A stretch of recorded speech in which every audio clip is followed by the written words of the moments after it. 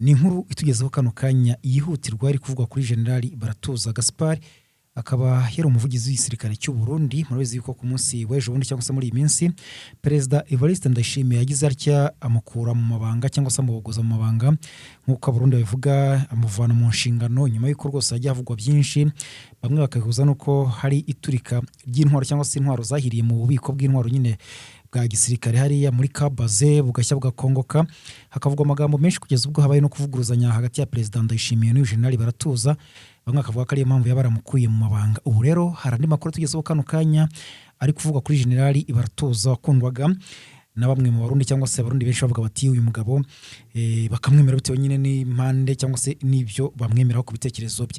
Hari rero amakuru avuga ko rwose Perezida Ndayishimiye cyangwa se mu butegetsi bw'u Burundi by'umwihariko mu gisirikare hamaze kugira ibihinduka kandi ibikomeye cyane. Ejo bundi Perezida Evariste Ndayishimiye yagize gutya ahindura abayobozi mu gisirikare n'ubundi nabyo bihuje n'iryo sanganya ryabaye muri Kabaze hariya muri zone ya Musaga bakavuga ko biri guhindurwa bitewe nuko harimo abaketsweho ubugambanyi bamwe bakavuga ko kandi hari imvururu mu gisirikare cy'u Burundi kutumvikana na Perezida Ndayishimiye bityo akagira abahindura kugira ngo badakomeza kumwinjirira bityo bakaba banamugandagura cyangwa se bamuhirika ku butegetsi ndetse bakaba babonekamo n'abagambanyi bakorana nabo yita abanzi muri iki gihe n'ibintu bitifashe neza muri CNDD FDD. Reka tureka gutinda tujye kuri iyi nkuru na makuru tugezeho yihutirwa avuga ko ibintu bihindutse mu gihe gisirikare cy'u Burundi n'umuvugizi w'igisirikare cy'u Burundi rero amaze guhindurwa aho rero kugeza ubu ngubu General Baratuza Gaspard yasimbujwe ku mugaragaro nyuma y'uko aheruka kwirukanwa cyangwa se kuvanwa mu nshingano na Perezida Evariste Ndayishimiye Neva. Yasimbujwe witwa Gordier Kazindu rero akaba ari we wasimbuye General Brigadier General Baratuza. Uyu mugabo umaze kumenyerwa mu itangazamakuru cyane agiye aho yumvikana cyane kuri politiki yo muri aka karere. Mwagiye mwumva ibyo yatangazaga ku Rwanda, mwagiye mwumva ibyo yatangazaga kuri M23 muri iki gihe murasaza bwa Kongo hari intambara zikomeye cyane aho igisirikare cy'u Burundi nacyo kishoye muri iyi ntambara kikajya gufatanya na Republika Demokarasi ya Kongo cyangwa se FARDC mu guhashya no guhangana na M23. General Baratuza ibyo yibwaho cyane rero nuko yageze gutangaza ko igisirikare cy'u Burundi gikomeye cyane ku buryo ngo ingabo zacyo zikomeye nta utazigereranya n'iza Kongo bityo ko kuba hari byatangazwaga ko arizo nyinshi zishirira muri Kongo ngatari byo ngahubwo ko usanga aricyo gikomeye cyane mu gufasha FARDC guhangana na M23. Icyo gihe hari hatangajwe amakuru ko hari gupfa abasirikare batari munsi ya 300 mu kwezi kumwe. Ibyo rero akaba biteye itwatsi avuga ko ari ibinyamakuru bimwe na bimwe byo muri aka karere bishaka guharabika igisirikare cy'u Burundi kandi ko ibyo ngibyo atari byo. Yongeye kumvikana cyane mu itangazamakuru muri iyi minsi ubwo yatangazaga ibigendanye n'iturika cyangwa se itwikwa ry'intwaro muri Kabaze. Bamwe bavugaga ko ari ibitero bagabweho na drone batamenye aho ziturutse kuko byabaye nk'umurabyo. Abandi we akavuga ko ngo byabaye kubera isanganya cyangwa se inkongi y'umuriro cyangwa se nyine sirikwi y'amashanyarazi bityo ko ari impamvu byumvikanye hakaba harahiye intwaro nyinshi cyane muri Kabaze. Rero bamwe bamuteye utwatsi cyane cyane batavuga n'umwe n'ubutegetsi bivuga ko ari guhisha icyasha ingabo zabo zabazagiweho bitewe nuko zagabweho igitero zikananirwa kuba zakirinda cyangwa se zagisubiza inyuma ndetse na Perezida Ndayishimiye amera nk'aho yivuyemo atangaza ko ibyabaye atari inkongi y'umuriro ahubwo ko ari gukorwa iperereza ngo amenyekane ibindi. Nibwo rero tugiye twumva ngo Perezida Ndayishimiye aramwirukanye ariko kandi ubu ngubu hamaze kubisimbuzwa nk'uko namaze kubikubwira. Rero isimbuzwa ribaye nyuma y'uko nyine hari umwuka mubi mu gisirikare cy'u Burundi. Ubu rero uyu akaba yitwa Gordier Kazindu ntari kubona ipeti rye batari kurigaragaza ubwo akaba ari ugiye kuba ari mu nshingano z'ubuvugizi bw'igisirikare cy'u Burundi. Rwose akaba ari we ugiye kuba agira ibyo atangaza muri iyi minsi kugendanye na politiki y'igisirikare cy'u Burundi. Abantu baribaza bati si biri gukorwa na Perezida Ndayishimiye muri iyi minsi bihatse iki birashura iki mu gihe hari kuvugwa mwuka mubi ndetse akaba ari n'amatora yegereje mu bihe biri imbere mu mwaka utaha aho kuri ubu ndetse anamaze no kwemezwa nk'umukandida cyangwa se uzahagararira ishyaka CNDD FDD mu matora y'umukuru w'igihugu ataha. Nubwo nabonye nyine bamwe batabivugaho rumwe nyine bavuga bati ntabwo byari bikwiye ko yongera kuba yayobora cyangwa se yafata inshingano zo kuyobora igihugu cy'u Burundi cyangwa se yaba umukandida muri CNDD-FDD, hari abandi bakabaye bajya mu nshingano, bamwe bakavuga ngo ba Reverien Kuriyo, abandi bakavuga ko hari abasirikare babijyamo ndetse bikaba byanateje impaka hagati ye na General Prime Niyongabo n'abandi basirikare bakomakomeye mu gihugu cy'u Burundi. Byose biraho ubu rero, kugeza ubu nta wuzi ngo uyu General Baratuza agiye kwerekeza he, arakora iki. Nibyo biri aho ngaho biri kuvugwa hariya. Ikiriho cyo n'ukara amakuru tugezeho kano kanya natwe twagombaga guhita tukugezaho tukakubwira uko ibintu byifashe. Ntabwo ararahira ku mugaragaro ndetse nta n'icyo Perezida Ndayishimiye biri kuvuga ko ari we wamushyize muri izi nshingano aratangaza ku mugaragaro cyangwa se munyirizina. Rero n'amakuru atugezeho aturuka ku mbuga nkoranyambaga z'igisirikare cy'u Burundi ndetse n'ibindi bitangazamakuru bituruka mu Burundi muri rusange. Operation ikomeye cyane FARDC yari yateguye, ni ukuvuga ngo ni operation yari yateguye mu buryo bukomeye cyane kugira ngo irase ishwanyaguze ibibuga by'indege bya Goma na Kavumu, kuko murabizi ko mu bice M23 yafashe burya hagiye harimo n'ibibuga by'indege bitandukanye. Ibikomeye rero mu byo M23 yafashe wavuga ko ari Goma. Goma ni ikibuga cy'indege mpuzamahanga nyine, ndetse nyuma y'uko ifashe umujyi wa Goma yamanukaga icunshumuka imanuka za Karehe muri teritwari ya Karehe nyine yegeranye no muri ibi bice bya Masisi na Goma, nibwo yagiye ifata ibice nyine aho ngaho za Minova, iza no kumanuka ifata aho bita Kavumu, ihafata ikibuga cy'indege. Ibyo bibuga by'indege rero byakomeje kugenda birwaza mu mutwe ubutegetsi bwa Tshisekedi, kuko leta ya Kinshasa bakomeje kuvuga ko M23 kuba ifite ibibuga by'indege bibiri ngari ibintu bihangayikishije cyane, ngo cyane ko ubutabazi bw'ibanze butagera ku baturage, by'umwihariko abagirwaho ingaruka n'intambara. Ndetse iyo politiki cyangwa se iyo kintu inakijyana mu byifuzo mu biganiro byaberaga mu Busuwisi muri iyi minsi, aho rwose bahagurutse bakavuga bati birakenewe ko bino bibuga by'indege bifungurwa kugira ngo ubutabazi bwe bwagera kuba bukeneye bagirwaho ingaruka n'intambara ihanganisha M23 ndetse na leta n'igisirikare cya leta, ndetse n'abandi bagirwaho ingaruka n'imitwe itwara gisirikare ikorera mu burasirazuba bwa Kongo. Ariko M23 igakomeza kugenda igira amakenga ivuga iti iki kibuga cy'indege cya Goma mu gihe cyose twakirekura ntabwo twaba twizeye neza umutekano, cyane ko leta ya Kinshasa abo ngabo ivuga bazajya baza gutanga n'ubufasha n'ubundi. M23 iracyabakemanga, yaba MONUSCO yaba za HCR cyangwa se indi miryango itandukanye ishamikiye kuri ONU, bose M23 ivuga ko rwose ari mu bufatanye n'imikoranire ya hafi na leta ya Kinshasa, by'umwihariko nyine na Perezida Tshisekedi. Hakaba harimo n'ibihugu bitandukanye kandi nabyo ubona yuko biba bishaka gukorana na leta ya Kongo, ku buryo ikibuga cy'indege cya Goma gifunguwe na Kavumu byaba ari inzira nziza yo kujya baza bavuga nyine ngo ni ku kibuga cy'indege cya Goma, ku kibuga cy'indege bagomba kuhagera, bagomba kuhaparika indege n'ibindi bitandukanye, bityo kwinjira M23 no kuba bayikorera ubugambanyi ngo bikaba byakoroha. Ibi rero M23 akomeje kugenda bigiraho amakenga, nabwo uburyo yatangajemo ko kuba ikibuga cy'indege cya Goma cyangwa se na Kavumu wifunze bitavuze ko ubutabazi kuba bukeneye butabageraho. M23 kavuga ko igihe cyose MONUSCO imaze muri Kongo ko nta M23 wigeze ayihutaza mu bice bya za Rucuru, za Masisi, za Goma n'ubundi za Bukavu n'ahandi hatandukanye MONUSCO ibarizwa. M23 avuga ko nta na rimwe MONUSCO yigeze itangaza ko yabangamiwe n'abarwanyi ba M23. Rero ko n'ubundi n'ubutabazi cyangwa se ubufasha kuba bwabageraho ibyo ngibyo bitaba ari igitangaza. Aha rero rwose iyo operation yari yateguwe na FARDC ngo ari operation yo kurasa ahantu mu buryo bukomeye cyane, kandi noneho bakaharasira icyarimwe mu buryo busa naho butunguranye Kavumu ndetse na Goma.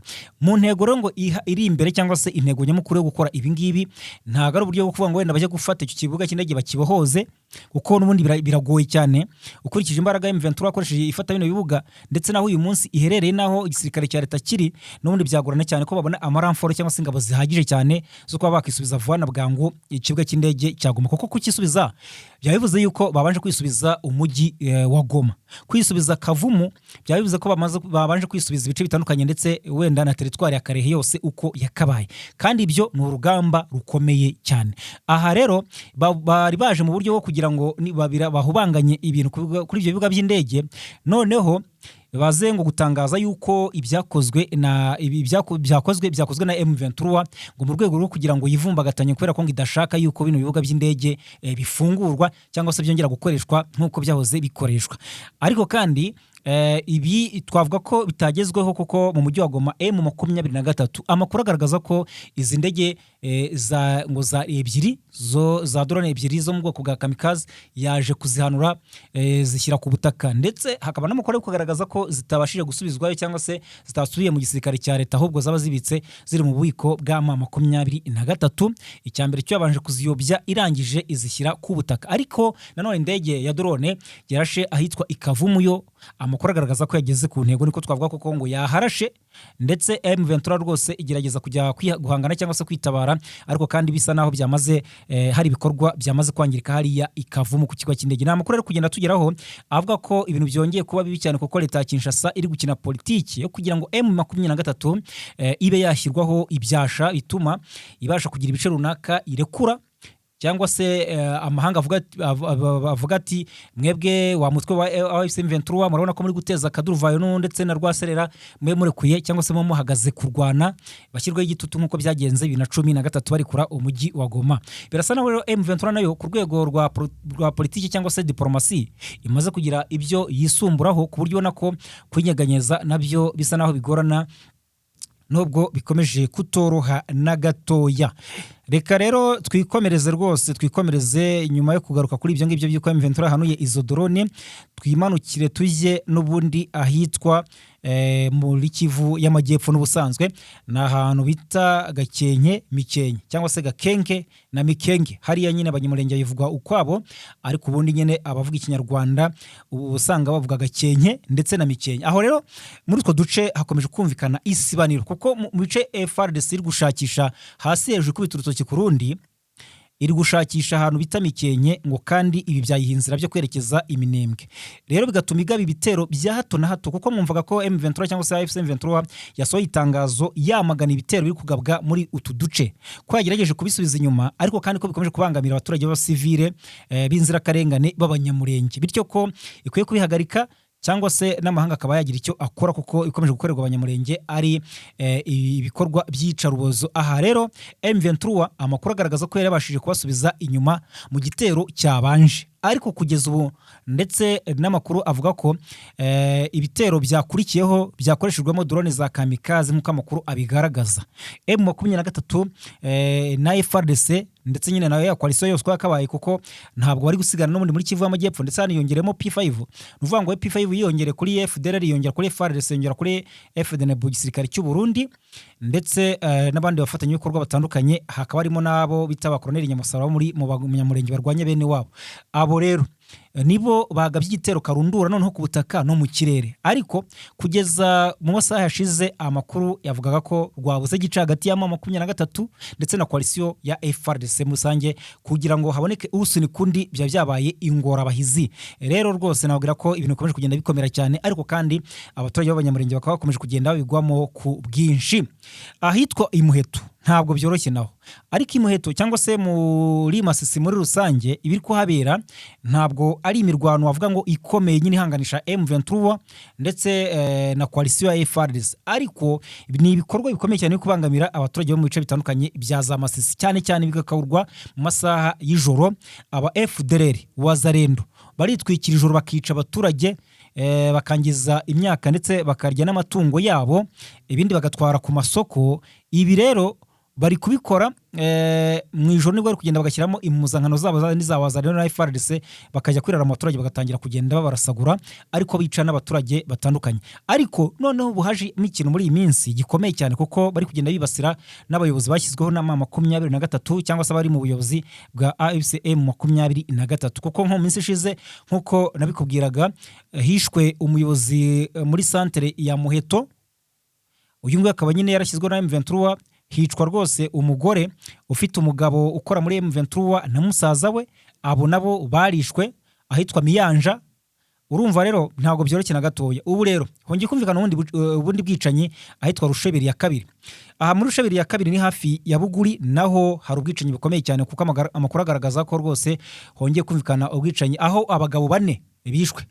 Namakuru rwose tugeraho y'indani cyangwa se ya nyayo agaragaza ko abo bagabo 4, 3 muri bo ni abakozi b'Imana cyangwa se nyine ni abavugabutumwa, ni abapasiteri basengera mu itorero rya Sepake hariya muri Masisi, hariya nyine aho ngaho hafi ya za Buguri, niho bari bavuye mu materaniro cyangwa se bavuye gusenga. Bya bindi nyine muri Repubulika Demokarasi ya Kongo usanga kenshi bajya mu bintu twakwita ngo ni ubutayu gusenga, bakajya ahantu runaka hiherereye mu masaha cyane cyane y'umugoroba. Abo rero bavuyeho ntibyabahira, mu nzira barimo bari kumwe n'umumotari. Umumotari ntibona neza niba yarabatwaye, uyu rero nawe akaba yishwe n'abo bazarendo ndetse na za FDLR muri iryo joro ryakeye ku munsi w'ejo. Rero abaturage bahangaha za Buguri ndetse n'aha za Rusheberi ya kabiri bari gutabaza bavuga ko ibikomeje gukorwa na FDLR na bazarendo ari ibibazo bikomeye cyane, kandi ko rwose ntacyo leta ya Kinshasa iri kubikoraho, bityo ko rero nabo ngo bagomba kuzajya bitabara bakoresheje uburyo butandukanye, baba kwitabara bakoresha amabuye n'ibindi, kuko bo rwose ubwishingizi bukomeje kubakorerwa ntabwo bworoshye na gatoya. Ahangaha za bazarendo na za FDLR ziri kwicwa n'inzara, zarangiza zikirara mu baturage zigatangira kugenda zibica mu buryo bukomeye cyane, ku buryo rwose ubona ko ibiri kubera hariya mu burasirazuba bwa Kongo ari ibintu utabasha kubaramo inkuru. Andi makuru agaragaza ko umunyamabanga mukuru mushya w'umuryango wa Afurika y'Iburasirazuba EAC, Ambasaderi Stephanie Mbundi, uyu mugabo yatangiye inshingano ku itariki 25 Mata 2025, ahigira gushyira mu imbaraga mu kwishyuza ibihugu bidatangira imisanzu ku gihe, nyuma y'uko nyine agiye mu nshingano. Ati rwose ari ibihugu bidatangira umusanzu ku gihe muri EAC. Ibikorwa byinshi by'uyu muryango mu myaka myinshi y'ingengo y'imari byagiye bidindira kubera imisanzu idatangwa na bamwe mu bihugu, na bimwe mu bihugu bigize uyu muryango, cyangwa se bikayitanga bikerewe, bakayitanga cyangwa se bakayitanga igihe cyaragiye. Rero ibikorwa byinshi by'uyu muryango EAC rero ikagaragaza ko mu bihugu 8 bigize EAC, 4 muri byo ari byo byatanze umusanzu wose bisabwa kugeza mu mwaka 2025 na 2026. Rero Repubulika Demokarasi ya Kongo ifite ikirarane cya miliyoni 27 z'amadolari. Urumva ukurikira rero Kongo mu kwambura akaba ari Uburundi, nabwo bufite miliyoni 22 zirenga z'amadolari ya Amerika. Hakurikiraho Sudani y'Epfo nayo ifite miliyoni 21 n'amadolari arengaho ya Amerika. Naho Somalia yo ifite miliyoni 10. Abo bose bakaba ari bo bagiye bagaragara mu kutishyura neza cyangwa se mu kwambura EAC, bigatuma rero imishinga yayo idindira. Tariki 7 Werurwe 2026 abakuru b'ibihugu byo muri EAC banzuye ko bitandukanye nuko byahoze ibihugu bizajya bitanga imisanzu itandukanye bijyanye nuko ubukungu bwabyo buhagaze. Bumvikanye ko umusanzu ungana na 50%, ungana na 50% by'ingengo y'imari ya EAC uzajya utangwa mu buryo bungana 50%, bisigaye bitangwe hashingiwe ku musaruro mbumbe. Ni ukuvuga ngo bivuze ko igihugu gikize kurusha ibindi nicyo kizajya gitanga umusanzu mwinshi. Aha Ambasaderi Mbundi yagaragaje ko imisanzu itanzwe ku gihe cyagenwe ari gituma ibikorwa byose bya EAC bigenda neza, bityo ko azakora ibishoboka byose mu bubasha bwafite kugira ngo iboneke, akishyuza n'abangaba nyine bagaragarwaho kutishyura. Ati rwose cyambere nshyize imbere no gukora ibishoboka kugira ngo ibihugu binyamuryango byubahirize ibyo bisabwa mu rwego rw'imari bitanga imisanzu yabyo ku gihe. Uyu rero Mbundi yagaragaje ko ubucuruzi bukwiye gutera imbere hagati y'ibihugu byo muri EAC, bityo ko kugira ngo bishoboke azajya akora uko ashoboye kugira ngo inzitizi zigaragaramo zirimo amafaranga menshi yishyuzwe kuri za gasutamo ziveho, yishyuzwa kuri za gasutamo abe yavaho. Agatangaza ko ibikorwa remezo byubakwa muri EAC bikwiye kwiyongera, ariko ko hakubakwa ibidashobora kwangirika bitewe n'imihindagurikire y'ibihe, kandi bikajyana n'ubushobozi EAC yabifite nta handi buturutse. Rero ari rwose mu banyamuryango batandukanye. Ikindi rero nakubwira nuko rwose abajihadiste bo mu mutwe w'iterabwoba wa Kisilamu wa Jinim ukorana n'umutwe wa Al-Qaeda bavuze ko aribo bari inyuma y'ibitero byagabwe ku bufatanye n'umutwe w'abatavuga rumwe n'ubutegetsi bwa Batuareg ba Front de Libération de la Zawat ku birindiro bitandukanye by'ingabo za leta Minisitiri w'Intebe rero Sadio Kamara akaba yiciwe mu gitero cy'ikamyo yaritezwemo ibisasu yagonze inzu ye kuri wa gatatu Mata. Ahangaha rero muri baza muti ni hehe? Ni muri Mali. Ni umuyobozi w'ingabo ziyoboye Mali zahiritse ubutegetsi Assimi Goïta yavanywe mu rugo rwe ikati inyuma y'igitero cyagabwe.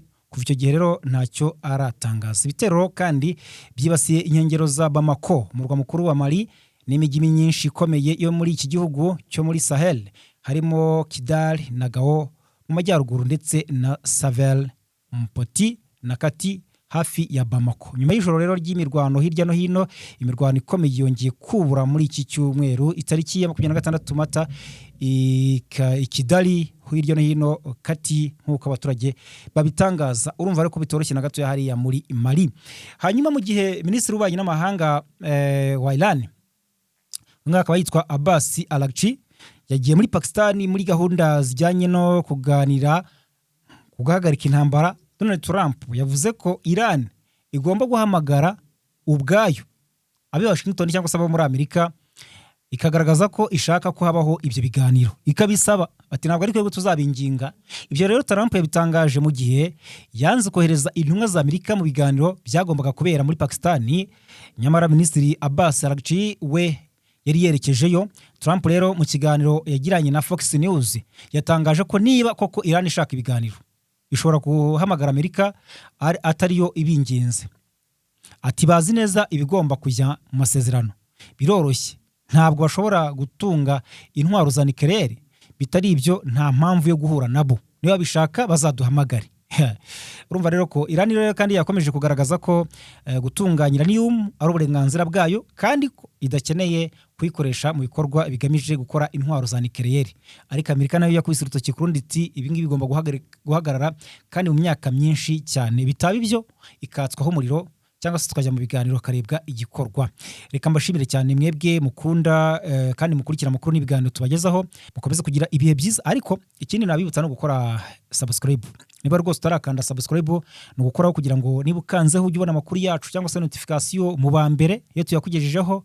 Ikindi ube wakanda like, ukandire share cyangwa se nyine usangiza abandi amakuru tukugezaho, ubundi uduhe comment.